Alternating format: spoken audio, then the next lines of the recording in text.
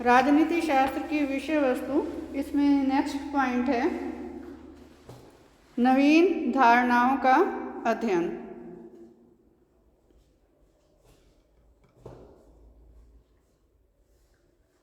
जब हमने राजनीति विज्ञान का अर्थ जाना तो उसमें हमने ये जाना था कि आधुनिक विचारक जो हैं उन्होंने ये माना कि राजनीति विज्ञान में सिर्फ राज्य का, सरकार का, राजनीतिक संस्थाओं का अध्ययन नहीं बल्कि जो नई अवधारणाएं अस्तित्व में आई हैं उनका अध्ययन भी शामिल है। तो ये नवीन अवधारणाएं कौन सी हैं? एक तो इसमें शक्ति, प्रभाव, सत्ता, वैधता, ये सारी नवीन अवधारणाएं हैं। कि शक्ति क्या है? जब दूसरे को डरा धमकाकर उससे मनचाहा व्यवहार प्राप्त करना, माने दूसरे ने वो कार्य नहीं करना था यदि उसको दंड का भय ना होता। वो दंड शारीरिक भी हो सकता है, आर्थिक भी हो सकता है, किसी भी तरह का हो सकता है। तो राजनीतिक सत्ता जो है या राज्य है वो इस शक्ति का प्रयोग कैसे करता है? अब लोकतंत्रीय शासन प्रणाली को यदि हम देखते हैं तो लोकतंत्र में अंतिम सत्ता जनता में निहित रहती है और कानून निर्माण की शक्ति किसके पास रहती है? सरकार के पास। और वो कानून जब जनता पर लागू होते हैं और जनता यदि विरोध कर दे तो क्या होगा? कई बार सरकार को भी घुटने टेकने पड़ते हैं या तो उस कानून में जनता की इच्छा अनुसार परिवर्तन करने पड़ेंगे या कई बार हो सकता है पूरा का पूरा कानून ही रद्द करना पड़े। होता है ना ऐसा। तो जो लोकतंत्रीय शासन प्रणाली है उसमें शक्ति का प्रवाह ऊपर से नीचे की ओर होता है जब कानून लागू किए जाते हैं, माने शासन सत्ता से जनता की ओर। जनता यदि उनको मान लेती है एज इट इज तो ठीक है, अगर जनता विरोध पर उतर आती है, हमेशा नहीं कभी कभार, तो जनता की इच्छा के अनुरूप यदि सरकार को उस कानून में परिवर्तन करने पड़ गए तो वो क्या है? शक्ति का प्रवाह नीचे से ऊपर की ओर। तो लोकतंत्र में शक्ति का प्रभाव ऊपर से नीचे भी होता है और नीचे से ऊपर भी। लेकिन जो तानाशाही व्यवस्था है उसमें शक्ति का प्रवाह सिर्फ ऊपर से नीचे की ओर ही होता है। वहाँ शासक अपनी इच्छा से कानून बनाते हैं, वहाँ शासकों की इच्छा कोई भी महत्व नहीं रखती। जबकि लोकतंत्र में शासक जब शक्ति का प्रयोग करता है, सत्तारूढ़ दल जो शक्ति का प्रयोग करता है वो जनता की इच्छा के अनुरूप कानून बनाने की कोशिश करता है। तो शक्ति का प्रयोग किस प्रकार से किया जा रहा है, शक्ति प्राप्त कैसे की जा रही है?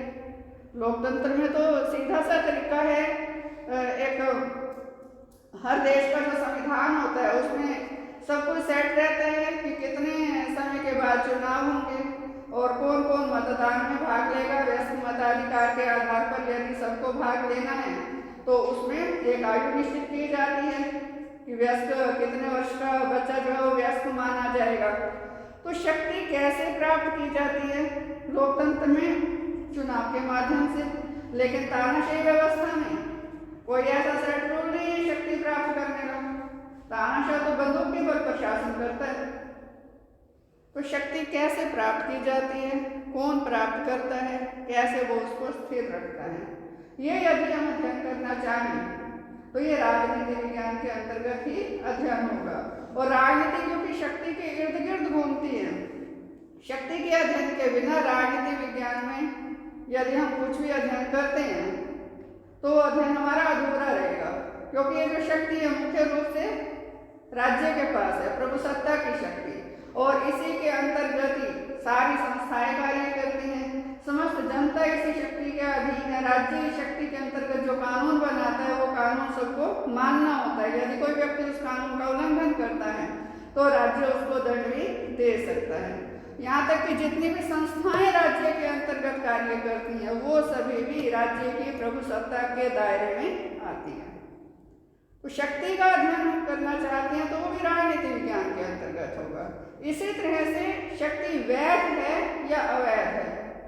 प्रजातंत्र में तो वैध ही होती है, लेकिन तानाशाही व्यवस्था में जरूरी नहीं है कि वो वैध हो, अवैध भी हो सकती है। माने गैर कानूनी तरीके से हासिल की गई है वो शक्ति, उसकी वैधता की जांच यदि करनी है, अध्ययन करना है, तो वो भी इसी के अंतर्गत ही होगा, राजनीति विज्ञान के अंतर्गत ही। इसी तरह से सत्ता किसके पास होती है?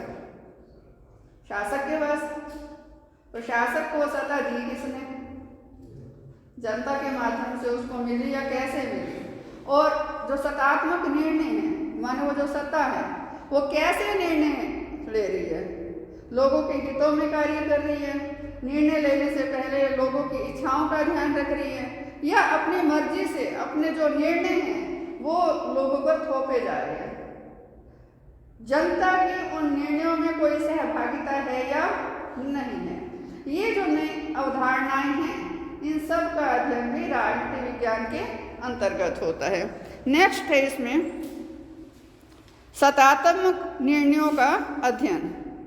सत्तात्मक निर्णयों का अध्ययन, स्टडी ऑफ अथॉरिटेटिव डिसीजंस, कि जो सरकार निर्णय लेती है तो उनकी निर्णय निर्माण की प्रक्रिया क्या है, और दूसरा जो निर्णय लिए जाते हैं उनका आधार क्या रहता है? क्या उनका आधार केवल और केवल जो सत्तारूढ़ दल है उनके अपने हित रहते हैं? सत्तारूढ़ दल कौन सा होगा? कोई ना कोई राजनीतिक दल ही तो होगा प्रजातंत्र में।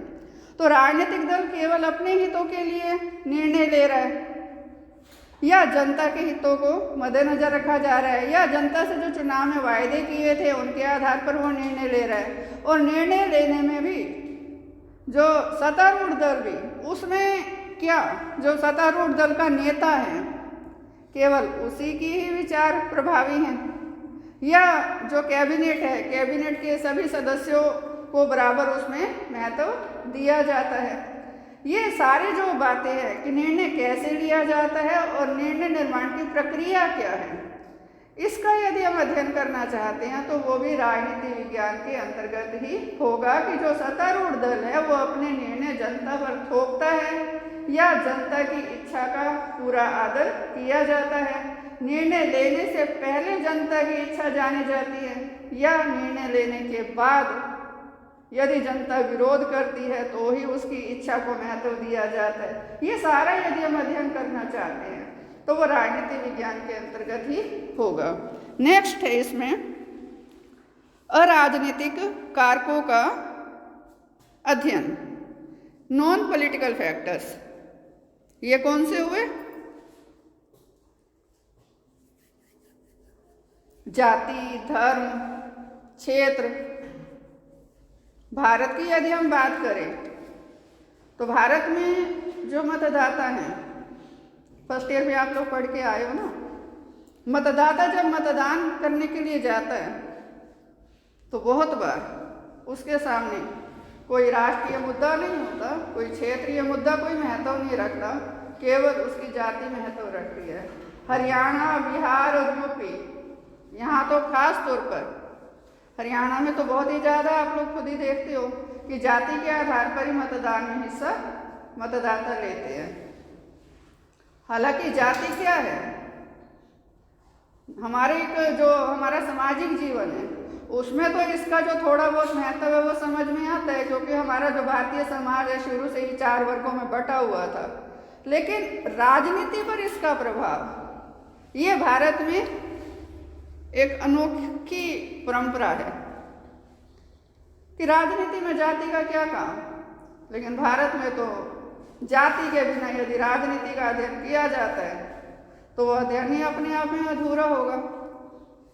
कि जाति के प्रति व्यक्ति की निष्ठा समझ में आती है कि ठीक है, हर एक को अपनी जाति से, अपने क्षेत्र से, अपने धर्म से लगाव होता है, लेकिन यही जाति, यही धर्म, यही क्षेत्र के प्रति जो निष्ठा है वो राष्ट्रीय निष्ठा से, देश के प्रति निष्ठा से भी बड़ी हो जाती है, तो वो एक बुराई का रूप धारण कर लेती है। और भारत में राजनीतिक व्यवस्था का जब हम अध्ययन करते हैं तो इन बुराइयों का यदि अध्ययन नहीं किया तो वो राजनीतिक व्यवस्था का या मतदान व्यवहार का जो अध्ययन किया जाएगा वो कभी भी सही नहीं होगा, उसका सही तरीके से विश्लेषण ही नहीं हो पाएगा। क्योंकि यहाँ तो लोग मुद्दों की बजाय केवल और केवल इसी संकीर्ण आधार पर ही मतदान में हिस्सा लेते हैं। ज़्यादातर, सभी तो हम नहीं कह सकते, लेकिन मैक्सिमम जो मतदाता हैं हरियाणा में, बिहार में, वो जाति के आधार पर ही मतदान में हिस्सा लेते हैं। नेक्स्ट है इसमें विभिन्न कानूनों का अध्ययन।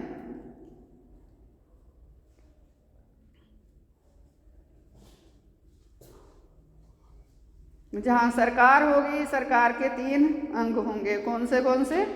विधानपालिका, कार्यपालिका और न्यायपालिका। कानून निर्माण बनाने वाली संस्था को विधानपालिका कहा जाता है, कानून लागू करने वाली संस्था को कार्यपालिका और न्याय करने वाली संस्था को न्यायपालिका। लेजिस्लेचर, एग्जीक्यूटिव और ज्यूडिशरी। तो कोई भी सरकार कानून क्यों बनाती है? कानूनों की आवश्यकता क्यों पड़ती है?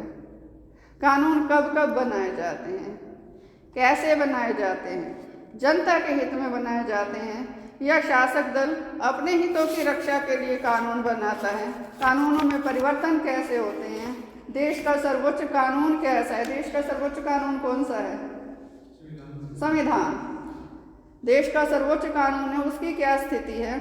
उसमें परिवर्तन किए जाते हैं या नहीं किए जाते? वो प्रासंगिक है या नहीं है? ये जो सारे अध्ययन हैं वो भी राजनीति विज्ञान के अंतर्गत ही किए जाते हैं। जो कानून है, देश का जो सर्वोच्च कानून है, उसके अंतर्गत शासक और शासितों में संबंध क्या है? संविधान में सारे जो ये पद हैं, विधानपालिका, कार्यपालिका, न्यायपालिका, इनसे संबंधित सारा वर्णन है कि इन पदों पर कौन लोग आएंगे, चुने हुए आएंगे, मनोनीत होंगे, और यदि नियुक्त होंगे तो उनकी क्या योग्यता होगी। तो उनका फिर आम जनता के साथ क्या संबंध है? शासक और शासितों का संबंध। इसकी यदि हम व्याख्या करना चाहें, व्याख्या प्राप्त करना चाहें, तो वो भी राजनीति विज्ञान के अंतर्गत ही होगी। नेक्स्ट है अधिकारों एवं कर्तव्यों का अध्ययन। अधिकार क्या है? किसे कहेंगे अधिकार? कि वो सुविधाएं जिनके बिना व्यक्ति के व्यक्तित्व का विकास संभव ही नहीं है।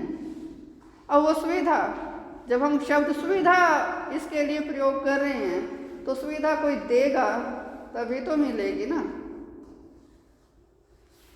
तो ये जो सुविधा जिसको अधिकार कहा गया है, सबको समान रूप से जो प्राप्त होती है, इसको देता कौन है? राज्य।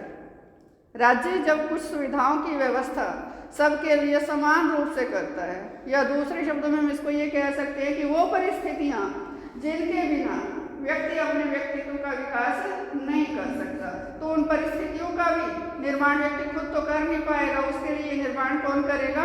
राज्य करेगा। राज्य जब ऐसी परिस्थितियां सबके लिए निर्मित करता है जिससे कि व्यक्ति के विकास मार्ग में आने वाली जो बाधाएं हैं वो दूर हों, तो ये सुविधाएं या परिस्थितियां ये देने या बनाने का कार्य किसका है? राज्य का। तो राज्य ने किस तरह की सुविधाएं अपने नागरिकों को अधिकार के रूप में दी हैं, और जो सुविधाएं अधिकार के रूप में दे रखी हैं, क्या वो पर्याप्त हैं? उससे सभी व्यक्तियों का विकास हो रहा है या और सुविधाओं की आवश्यकता है? या जो अनिवार्य सुविधाएं हैं वो तो दे नहीं रखी, नाम मात्र की दे रखी हैं। तो यदि अधिकारों का हम अध्ययन करना चाहते हैं कि किस तरीके से राज्य ने अधिकार अपने नागरिकों को दिए हैं और अधिकारों की रक्षा के लिए क्या व्यवस्था की है, दूसरा क्या अधिकारों के साथ साथ नागरिकों को उनके कर्तव्य भी बताए गए हैं, या कर्तव्य पालन न करने पर नागरिकों को दंड भी दिया जाता है। अधिकारों की रक्षा के लिए कोई न्याय प्रणाली भी, न्याय व्यवस्था भी सुनिश्चित की गई है कि यदि व्यक्ति के अधिकार छीन लिया जाए तो व्यक्ति उनको प्राप्त कैसे करेगा। ये सारा यदि हम अध्ययन करना चाहते हैं, ये अधिकार कौन से दिए गए हैं, पर्याप्त हैं या नहीं है, कर्तव्य क्या निश्चित किए गए हैं, क्या सारी जनता उन कर्तव्यों का पालन करती है या नहीं करती, ये सारा अध्ययन राजनीति विज्ञान के अंतर्गत ही होता है।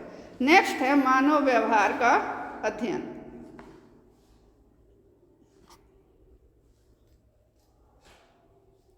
राजनीति शास्त्र का मुख्य विषय ही मानव है। और मनुष्य क्या है? भावनाओं का पुतला। हर एक की अपनी इच्छाएं हैं, अपनी वैल्यूज़ है, अपने मूल्य हैं और अपनी भावनाएं हैं। और राजनीति के अंतर्गत या राजनीतिक व्यवस्था के अंतर्गत, अब राज्य एक संस्था है, लेकिन राज्य के अंदर और भी अनेक संस्थाएं हैं और वो सभी मानव जीवन के अन्य पक्षों से जुड़ी हुई है। और राज्य किससे जुड़ा हुआ है? मानव जीवन के राजनीतिक पक्ष से। तो जो मनुष्य है वो राजनीति में भाग लेता है तो उसका भी कोई कारण होता होगा, नहीं लेता तो भी कोई कारण होगा। यदि हम ये कहें कि नहीं, राज्य के अंदर तो केवल राजनीतिक संस्थाओं का अध्ययन होगा, तो राजनीतिक संस्थाओं में हम ईंट, गारे, छत, फर्श, दीवारें इनका अध्ययन थोड़े ही करेंगे। वो संस्थाएं भी तो मनुष्यों से बनी हैं, राज्य भी मनुष्यों से बना है। यदि मनुष्य ना हो तो राज्य का अस्तित्व भी नहीं है। और मनुष्य ही संचालित कर रहे हैं, मनुष्य ही संचालित हो रहे हैं। शासक भी मनुष्य हैं, शासित भी मनुष्य हैं। तो दोनों ही की भावनाएं क्या हैं, मूल्य क्या हैं, अभिवृत्तियां क्या हैं, दृष्टिकोण क्या हैं, एक दूसरे के प्रति भी, समाज के प्रति, राजनीतिक व्यवस्था के प्रति भी, इन सब का यदि हम अध्ययन करना चाहते हैं तो राजनीति विज्ञान के अंतर्गत ही होगा।